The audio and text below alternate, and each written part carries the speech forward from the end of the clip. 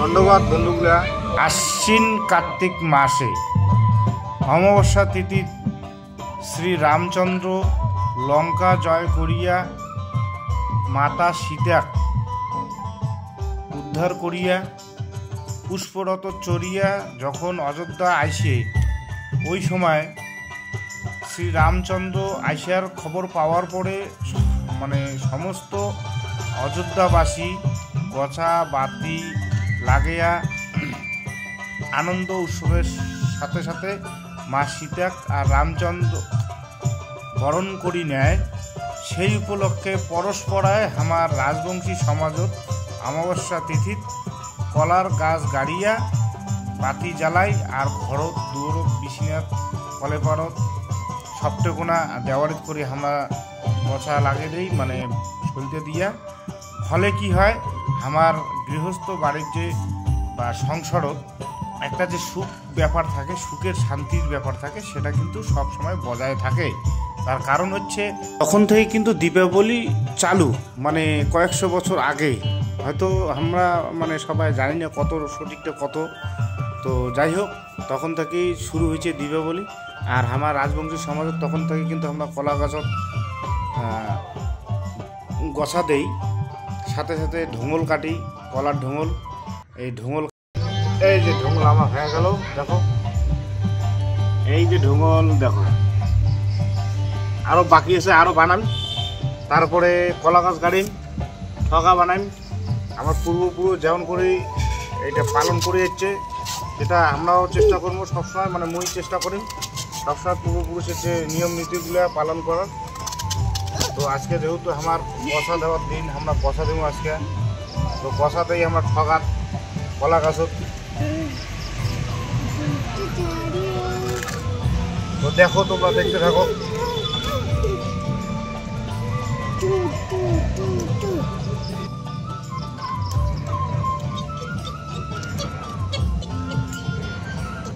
জামাল তোলা হইবে।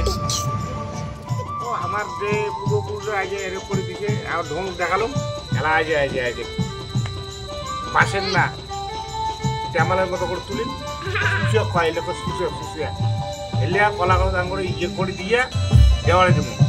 দেখো সুজা তুলন গান করিয়া তোমরা কায় তোলেন, কমেন্ট জানাবেন।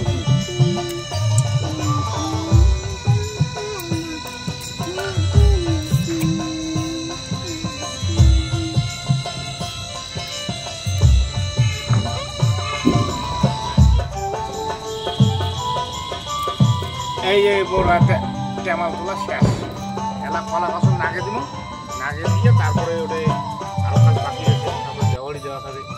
এই যে এলা বসে গেছে ঠগা বানাই, সিন্ডা, যে তোমরাগুলো হয়তো জানেন সবাই কম বেশি। সিন্ডা 3টে করে সিন্ডা, একটা বান্দা খাবে, ঠিক আছে? তো দেখতে থাকো। এই 3টে করে সিন্ডা একটা কোষ্টা দিয়ে বান্ধিয়া তারপরে কিন্তু আমরা ঠগা বানা শেষে কলা গাছ, অর্থাৎ কলা গাছত ওই যে এগুলো তেমালগুলো বানালাম, ওগুলো লাগে দেওয়া হচ্ছে। লাগে দেওয়ার শেষে তারপরে মোটামুটি লাগার শেষের দিকে প্রায়, তোমরা ওগুলো দেখো। এই যে মোর এলা লাগা শেষ, এলা আমি পুজো দিন, তোমরা ওগুলো দেখো। বাতি দেওয়া শুরু করে দিলাম।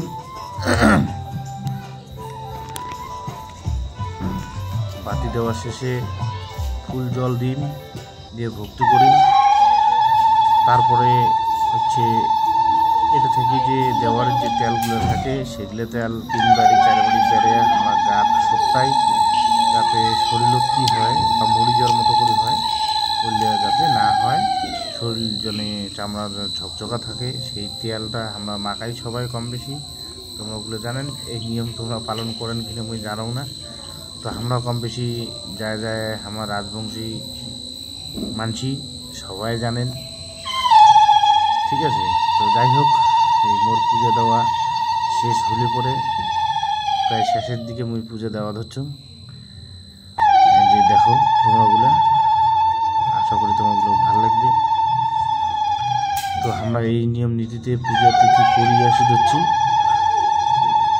আগামী দিনেও আমরা এমন করেই পালন করব।